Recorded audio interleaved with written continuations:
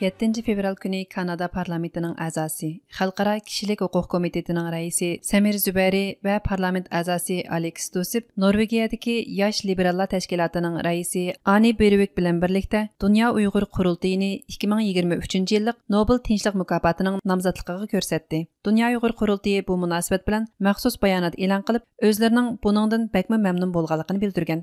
Dunyo Uyg'ur qurultayining raisi Dolqin Aysa apandi bu vaqtda so'z qilib, Dunyo Uyg'ur qurultayining Uyg'ur qirg'inchiligini to'xtatish yo'lidagi jafoli xizmatlarining bekorga ketmaganligidan bakma so'yindim. Texmi muhimi, bu qitimqi nomzod ko'rsatish Dunyo Uyg'ur qurultayining xizmatlari uchun bir qitimliq e'tirof qilinish bilan birga Uyg'urlarni qo'llashdagi bir zo'r namoyanda bo'lib qoldi degan. Ma'lum bo'lishicha, Dunyo Uyg'ur qurultayini bu qitim Nobel tinchlik mukofotining nomzodligiga ko'rsatishda ularni kishilik huquq va demokratiyani olg'a surish, shuningdek Uyg'ur qirg'inchiligini xalqaro jamiyatning oldiga elib kelish yo'llaridagi xizmatlari muhim salmoqni egallagan. Bayonotda aytilishicha, Uyg'ur tashkilotlarining xalqarodagi bayroqdor vakili bo'lish sifati bilan Dunyo Uyg'ur qurultayi Uyg'urlarning til, yoziq, madaniyat va diniy e'tiqod sohasida o'tirg'i chiqayotgan turli zulmlarni xalqaroning diqqatiga sunishda ko'rinarli rol o'ynagan. Nomzodlik maktublarining birida bu vaqtda to'xtalib, Dunyo Uyg'ur qurultayi o'zining yillardan buyon qirg'inchilik va insoniyatga qarshi jinoyatlarining dardini tortib kelayotgan Uyg'urlar va boshqa turkiy tilli xalqlarning puhraviy erkinligi